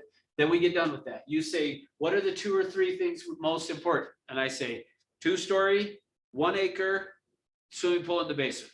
Okay, great. Well, let's picture yourself. Let's use the 1 acre, okay? So you would say, picture yourself in the backyard, tell me what you see. And I would have said to you stuff like, well, big grass area with maybe a small garden, but mostly grassy area, probably a spot to do a barbecue, maybe a little porch or a patio or a deck or something off of the house, but mostly just big open grass area. And you go, okay, so who's going to be using it? And I say, well, I have, at that point, I would have said, well, I have 2 boys and they're kind of young right now, but I can kind of picture as they grow up, we're going to go in the backyard and we'll play catch. And And, you know, we'll also occasionally have the family over and we'll do some barbecuing. And so when you ask the who, I'm gonna start telling you that. Then you go, okay, well, what types of things are you guys gonna be growing in the garden? You know, if I had said garden, that might be Right. something you ask. Well, what do you grow in the garden? Probably just some tomatoes. My wife likes to make salsa, so mostly tomatoes. Occasionally we'll do some cucumbers or zucchini, stuff like, I mean, nothing major as a garden, but just enough of an area that we could have a garden to do some of that kind of stuff. Okay, so when do you use the backyard? Or you might say, how often do you use? And remember, you can use any combination of these, but you're asking 5 to 7. So well, how often are you gonna do that? And at the time, I would have said, well, I picture myself pretty much anytime the weather's good in the evening, going out and playing Yeah. catch with my kids and having fun out there and doing that kind of stuff with my kids. Okay, well, where would it need to be? And I might say, oh, ideally, I want to be on a cul-de-sac because I like kind of just not having the traffic and blah, blah, blah, whatever. So I'm going to explain all of this kind of stuff. So let's say you've asked me the 5 to 7. Then you would have said, well, what does having that backyard mean to you?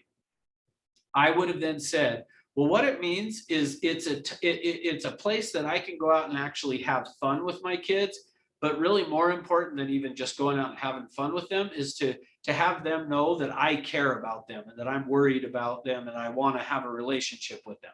Okay, well, what benefit would that, does it sound like I'm talking about? If I wasn't a guy, if I was a woman, what would I You say? and I'm just kidding. nurturing. Place for family time.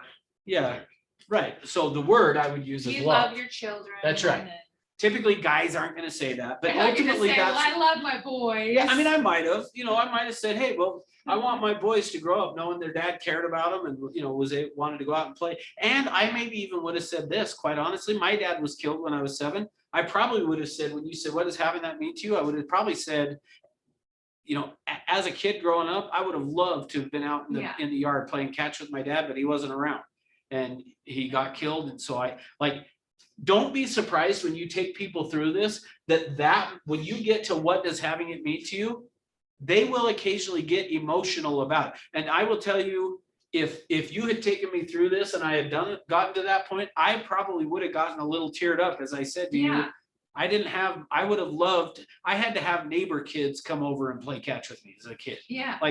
My mom had to go find one of the neighbor kids to come over and say, can you help him figure out how to hit the baseball? Because he can't hit it. Yeah. He gets up there and swings and can't hit it. Honestly, that's the kind of stuff. Now notice though, going through, if you just ask how many bedrooms, how many baths, how many square feet, are you ever going to get to that level with people? No. But notice if you took me through this back then, we would have gotten, what does it mean to you? And I would have been like, it means I've got that quality time with my kids, that I'm the one out there to help them. And at the end of the day, so here's the point, making sure you guys connecting all the dots. I wasn't looking for an acre of land. I was looking for a place to show my kids that I love them and I'm concerned about and want to be a part of their life. That's what I wanted 1 acre for. I don't need an acre to do that. Yeah. Meaning a park that's close by, that's right outside of the backyard was sufficient. And now I don't have to do it. But yet, notice though, if I would have been your buyer and you did it the old way, you would have kept going to find 1 acre. And guess what would have happened? Every time you went and showed me the 1 acre, instead of picturing myself in the backyard playing catch, I would have pictured myself out there all Saturday working in the yard, which I don't want.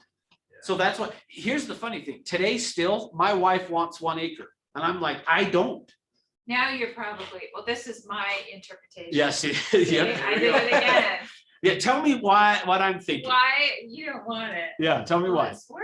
It's Yeah, for me, a lot for me, of that's exactly right. grass and- I've realized I don't want to do the work. In fact, my wife has still said, our next house is going to have an acre of land. And I finally had to say, as long as we have an agreement that we're paying somebody else to do the yard work, Mhm. meaning my wife likes working in the yard. For me, I don't want to go work. Now, maybe if I didn't work a job, I don't mean that bad, but if I was retired, that's probably a better way of saying it.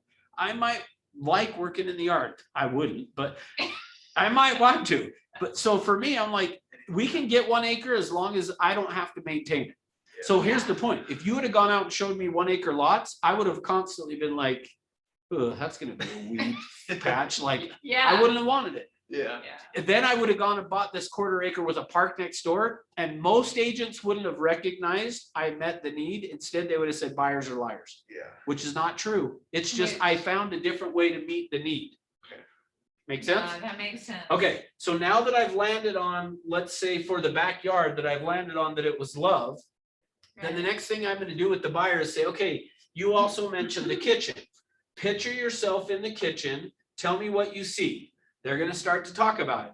Then I'm gonna ask who, what, when, where, how, questions about the kitchen. What kind of cabinets, what kind of appliances, how often do you stow that? What kinds of stuff do you cook? How often do people come over? Who's gonna be using the kitchen and what kinds of things do you do in there? What would the appliances look like? What would the flooring look like? What's the cabinets look like? What do the countertops need to be? What color's the paint? Like, I'm gonna ask all these questions, hopefully getting them to be emotionally connected, like what I just, like, here's the interesting thing. I honestly had never thought about that backyard piece, never. At the level that I just did as I took myself through this Mhm. process to land on, holy cow, it Yeah, really was, that's it. it really was more about the fact that I didn't have my dad. Yeah. Like, every time I've taught this class, and I have taught this class now for 15 years, I have never, but I typically don't do it the way that we're doing it today like this, meaning that I have never taken myself through it. Usually I would have Yeah. done one of you guys. I just took myself through it and landed on what the need was, the benefit was for the backyard. I always said it was to go out and have recreation, which is one of the benefit words, is recreation. But I But it just was- realized today that really wasn't It what it was, was love Yeah. for your boys That's to right. give them what you. what I didn't have. That's right. Yeah. Does that make sense? Yeah. So that's what I'm gonna do then with the kitchen, same thing. Who's gonna use it? What's that, da, da, da, da, da, da? Okay, what does having that kitchen mean to you? And hopefully I get them, because I'll tell you guys, I actually just crystallized on the I was backyard. gonna say, you showed us how. Yeah, no, I did. how That's to exactly right. crystallize. So I'm gonna do that with the 2 or 3 that they have.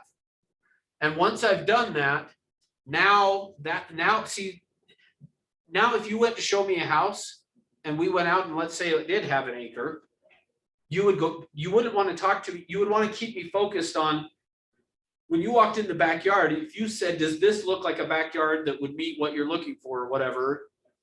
Yeah. I'm thinking about all the work that goes into it. But if you showed it to me and you said, hey, so does this look like it would give you the space you need to go out and play catch with your kids? Then now I'm And- picturing myself playing catch and I go, yeah, that would work. That would work. Does that Yeah. make sense? Yeah. Okay. So I'm gonna do this whole process for the 2 or 3 benefits that they have. Okay. Once I've landed on that, now I can go show properties and I'm gearing everything around the 15 benefits, okay? So let me give you the 15 benefits and then we'll wrap up here. So let's see. Let me erase all this. Is this good stuff? Yeah, it's helping a lot. Good. All right, so let me give you the 15 benefit words here. First one, and this is not in any particular order, it's just gonna be typically how I think about them. So, but well, we'll use these first. So love is the first one. So, it's gonna be about them showing somebody that they love them, okay? 2 is gonna be recreation. And recreation is about, having fun, playing games, that kind, whatever. So next is going to be comfort. Comfort is what Aaron was talking about earlier when I was asking about going out on the patio and he said the serenity kind of a thing. Mhm. Think of comfort as being creature comfort. It is a sense of ease. Okay, so comfort is about a sense of ease. It's the, okay, I can relax. That's comfort, okay? Okay. Next is gonna be, we'll do the other one we talked about, which is convenience. So I'm gonna abbreviate some of these. So convenience is about ease of use. So that was for me, why I wanted a swimming pool in the basement was about ease of use to exercise. My exercise not having to be like, and especially like I somewhat facetiously said I would get in the pool and swim 3 laps. Like, I mean, but it didn't feel like it was more than that before I was too tired from swimming. So like, I honestly felt like I spent as much time driving to and from the gym as I did swimming. And I was like, like it takes twice as long. So the next one was convenience. So somebody that wants a big kitchen or storage and stuff Yeah, might be about the convenience of things, okay? Or the location. Where, for me, I almost called you Aiden again. I don't know why. I've got Aiden on the brain for some reason. But hey, that's better than in California a few weeks ago when I was down there was a guy in there, his name's Kelly.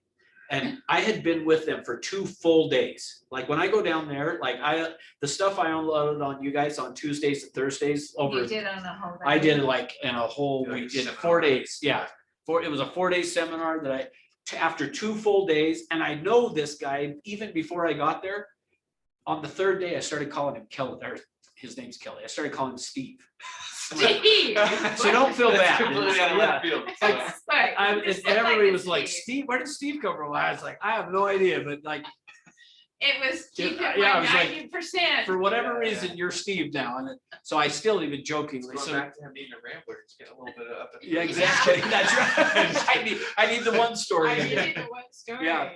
So the funny thing is those, with my name being Russ Orchard, Yeah. a lot of times as I probably should introduce myself as Russell, but there's only a few people that really call me Russell, my wife, my mom. You know. Or if your wife's mad. Yeah, but when I introduce myself and I say Russ Orchard, I get called Richard all the time. And I think it's Russ Oh. Orchard, Richard, like you Oh. just kind of That's hear so Richard. weird. Yeah, I So get that. I brought that up in the class and he said, if you're gonna call me Steve, I'm gonna call you Dick. You know, from Richard, you know? Anyway, That's so- funny. All right. Next, then. So the next benefit word that we're looking, or potential benefit word that can come up is safety. Safety is about physical safety. Okay. The next one is security. Security is about peace of mind. So security is peace of mind, if you're kind of writing some of that down. Safety is physical safety. Security is peace of mind. Here's what I've found.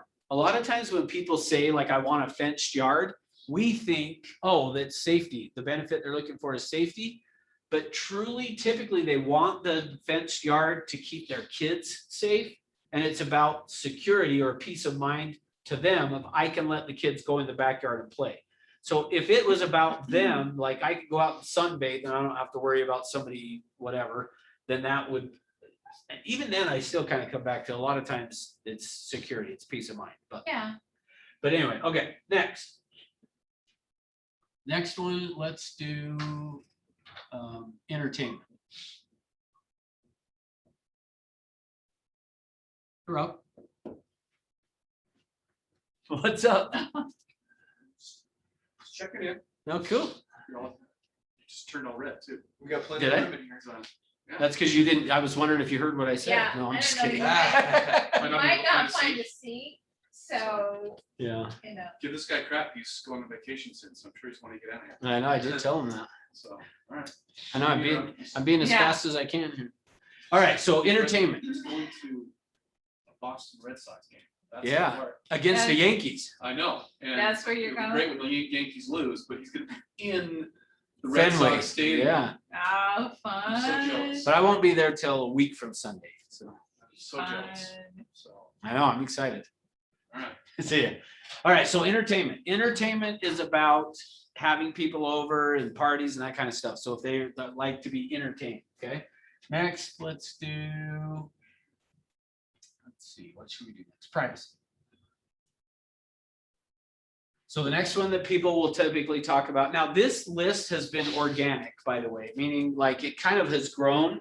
And to some extent, I'm kind of getting really close to just saying safety is not one. Because I kind of feel like even if they're worried about the physical safety, it's really the peace of mind that it gets them. But so my point being is I think it's expanded as much as it's going to expand. And if anything, it's going to contract, but still leave safety for now. All right, privacy is the next one that is if somebody is wanting, seclusion, getaway, that kind of stuff is usually going to be privacy. Next is gonna be value. Value is about making money. So if they're talking like an investor, a lot of times, that's the benefit they're looking for is value, to be able to make money, okay? Next one is economy. Economy is about saving money. So value is about making money, economy is saving money. So if they're talking about double pane windows, high efficient furnace, thick insulation, Okay. if they're talking about that Saving kind of money. stuff, it's about saving money, or economy is what the benefit that they're looking for is. All right, next. Prestige / esteem. So again, at one point I thought those were two separate, but now I just have lumped it. Maybe that's how I had to do this. Maybe I'll start doing safety and security as one thing, kind of like this, although I don't know, I'll think on that. But prestige is about how other people see me. So if I'm talking about the home Highland Hill with the view of the city lights, and I'm like, yeah, I want to have my friends come over and be like, wow, you have such a nice house, that's prestige. If what I said was, I want this home Highland Hill with the view of the city lights because when I get done working after a long day and I pull up to the house, I want to be like, yeah, this is why I do this, it's so I can afford this type of a house. That's going to be esteem. Okay, so prestige and esteem, think of them as like heads and tails of a coin kind of a thing. All right, next. Health. So health is where Joan thought I was going with saying I want the one story Yeah. is, you know, that I've got bad knees or I'm tired of going up and down the stairs, whatever. So health is a benefit as well that that a lot of times somebody may, so again, somebody may, I want a pool in the backyard. Okay, well, what do you want a pool for? Well, I had a heart attack and now the doctors told me I should swim, so I want a pool in the backyard. Well, then that would be the pool for health. But somebody else might want the pool because they like to have parties, and so it's a lot of entertainment. Yeah. Or the next one, where Joan tried to go to. I'm just kidding. Well, And- it worked. You thought about it. I just worked, I Always didn't a think about drive, it. of course. So the next one was sex is the next benefit. And so that could be a pool, could be something that, you know, hot tub. Yep, jacuzzi tub in the bathroom, whatever. So that's one of the other benefits that that could come up.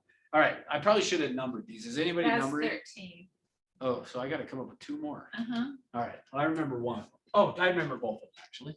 All right, next one, let's do aesthetics. I only have 12. Uh-oh, well, maybe I still have more.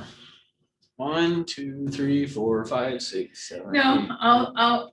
I'll bet you. No, that's 14.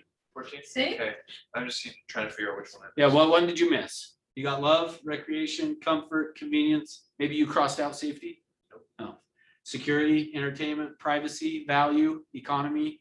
Oh, missed economy. That's what I was gonna guess. All right. So aesthetics is gonna be about the way that the property looks. Where you will see that typically, and I've only actually had that one come up one time when I've been with a buyer, but here's how it showed up.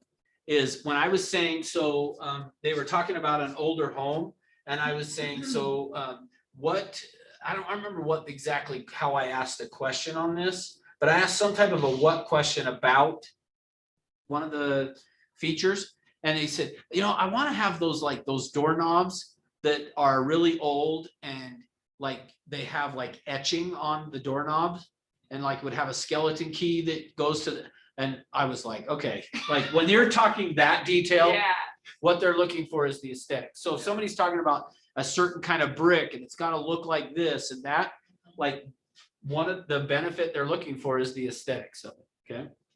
And then the last one is self-actualization. This doesn't come up very often, but self-actualization is more of kind of like they want to have a place that they could go do woodworking, or they write poetry or something, and you're like, okay, and what do you do with, you know, under these modifiers? Maybe you're asking them, okay, well, what do you do with that woodworking after you're done, or you've written the poetry? Nothing, nobody ever reads it or anything. It's just, I just do it for me because I just feel like that kind of gets me in tune with nature. I feel like I'm at one with the universe or whatever. Like that's self-actualization. Okay, like an Sounds like a need artist, my sister maybe. would have in her house. Does it? Yeah. Okay. Yeah. Like I say, I've only had it come up that one, both of these I've only ever had come up once. In fact, I never really thought of this, but essentially to some extent, I almost gave them to you kind of in an order of how, that's not totally The true. frequency. I would Oh, move the some of them around, frequency. but to some extent, these ones do tend to come up the least. So it is interesting that I did those last, but those, each one of those I've only with a client had come up one time. All three of them at one time, not at the same time, but Right, different client. client. All right, how do you feel? What questions? I mean, this has been great. It Yeah. makes me really, I need to go have a meeting with my buyers. Yeah. Sit down and be like, look, stop wasting my time. Oh, good. Actually, yeah, let me say that. So since you guys didn't ask the Yeah. question, here's what I will tell you. When you go and show properties and they don't write an offer, that's your first clue that they're not crystallized. yeah. Or you didn't do a very good job of getting this information. So what you want to do is exactly that. Aaron. You want to go sit down with them and say, okay, Whose fault? yeah, well, I wouldn't do that, but I would just sit down with them and say, okay, here's how I'd approach it if I were you. Hey, I want to sit down and get more information. And I tie it all as, oh, I deleted, erased. I erased them. I go back to all the time. I don't want to waste your time. Yeah. So I would just say to them, look, I don't want to waste your time showing you and really I'm saying I don't want to waste my time, but I don't want to waste your time showing you properties that don't meet your needs. So let's sit down and let me have you describe for me your ideal home. And then I'm going to take some notes and ask you a bunch of questions is what I would do. So you take them through that, you land on this. You go out and show them properties. And if they don't buy, I would come back to the office and say, or before you leave the last house, either way. And I would say, look, I don't want to waste your time showing you properties that don't work. Tell me what I missed from before. And then you loop right back into this to land on these benefits. And the key thing is then talk to them about the benefits, not the features. Well, and they'll appreciate that you're listening to them. Yeah, You don't want to waste their time and you want to hear what they're got to say. Yeah, in fact, actually, so I'm glad you brought that up because here's what happens. When you take a client through this, they feel very connected to you. Yeah, Meaning, imagine that you take somebody through what I did for myself here today. yeah. If you get to what does having that backyard mean to you? And they start telling you, well, my dad died when I was 7 and like I had to have the neighbor kid coming over to help me learn how to hit a baseball. And Yeah. like, so for me as a dad, like I want to be out there playing catch with my kids and doing all that kind of stuff. Like you are like all of a sudden they're feeling like, you're amazing. Like Well, you I were have able to- empathy good for luck you now, because I'm convincing like, them, yeah. oh, that's so sweet, you Right. know? Yeah, You it wanna- creates a A connection. connection, yeah. And so here's the thing. They don't want to go use anybody else after that. Yeah, no way.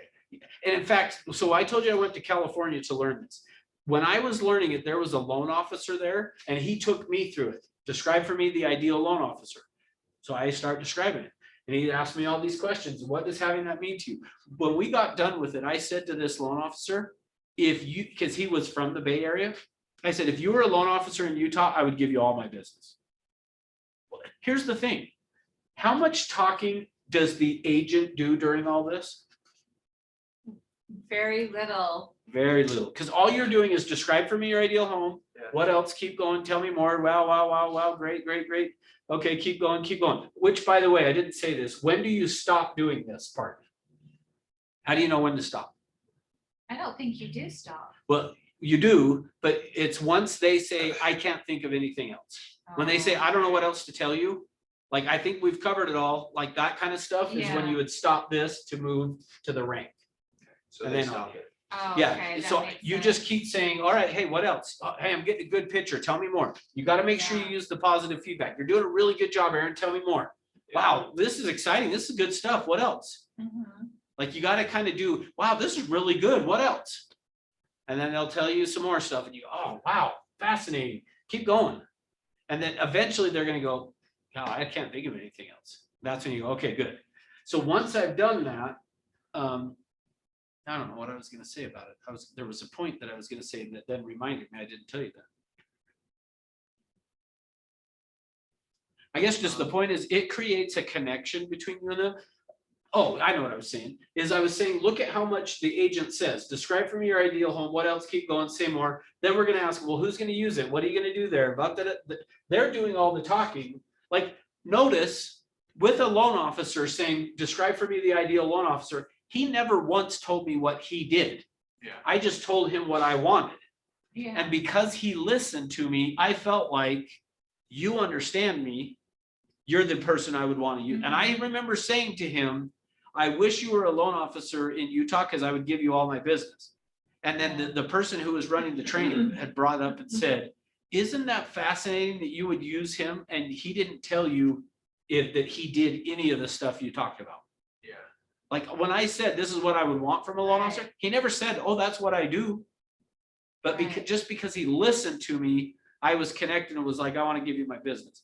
So that's a little bit of a commercial for you do that with a seller. You don't even have to really tell them what you do. Just the fact that you listen to them, they're going to be like, I want you as my agent because you understand how to sell a house. When really all I did was listen. Make sense? Yeah. Okay, cool. All right. Thanks for being here. Thank you. So I guess reminder, next week, I'm gone. I leave in a few hours. And so no class So next no week. classes next week. Nothing next week. All right. So, which Tuesday's the golf tournament, so I would have played golf anyway, so we wouldn't have done it. All right. So, anyway, guys, see you Hey, guys all right, a thank week from you. Tuesday then. Hey, So Russ, I need to say something. Just Go ahead. I've got a Washington board meeting that is started at 1:45, so I had to stop taking notes. About 30 minutes ago, and I couldn't get the rest of the list. And I have a new 12 Pro Plus whatever iPhone, and I don't know how to take a stupid screenshot. Oh, that's fine. And it's kind of blurry. Even if I took a screenshot, I can't really see the detail. I'm wondering if you can just take a screenshot or just take a picture and email it to me. I left you a message just to you concerning that because right. this is so valuable. And Are you I wanting have to- just the benefits? No, just take a picture of the whole board where Or I the can other thing that- actually see the words. Or the other thing I could do is just, this is recorded. I could send you the recording too. Because I'm a little worried as I'm looking at this to take a picture, the light, the reflection on the lights, I'm not sure how well you're gonna be able to see. But I'll try it. Well, actually, the recording would be great, but add the picture because then I can briefly look at it. But I've got the recording. This is some incredible, valuable stuff, which I've learned bits and pieces through the years, through some really sad, terrible mistakes. Sure. And even with years of experience, after getting out of the saddle, I can see how I lost a client over this Sure. because I had a new buyer's agent and I was giving way too much information to kind of help the person that was joining me with this session. And then I never listened and I overwhelmed her and with Yep. my driver personality. And Yep. I've often wondered what went wrong. I know that I didn't listen, but Yep. anyway, so Good. um, What's your what I phone? have to say, oh, my number's 801 Okay. 999 4016. Okay. It's on its way. So I'm just walking into this other meeting, but You're good. I appreciate that. And this was incredible, but I have to say one more thing. Okay. I can tell through the last year or so, you started to talk more about your dad, especially that time you really told the story about the loss of your dad. That was so incredible. And I did say something to you, but this also tells me that when something traumatic happens in our lives, we usually don't deal with it or heal from it until many decades later. And this shows me that you're healing from that traumatic incident. I don't know if that's valuable for you. Maybe Yeah. I think it's true or not, but I yes. know that my psychology degree only taught me how much I don't know. I hear you But- there. But anyway, I just appreciate you. Thanks. Hey, you're welcome. Thank you. Have a good day. All right, bye.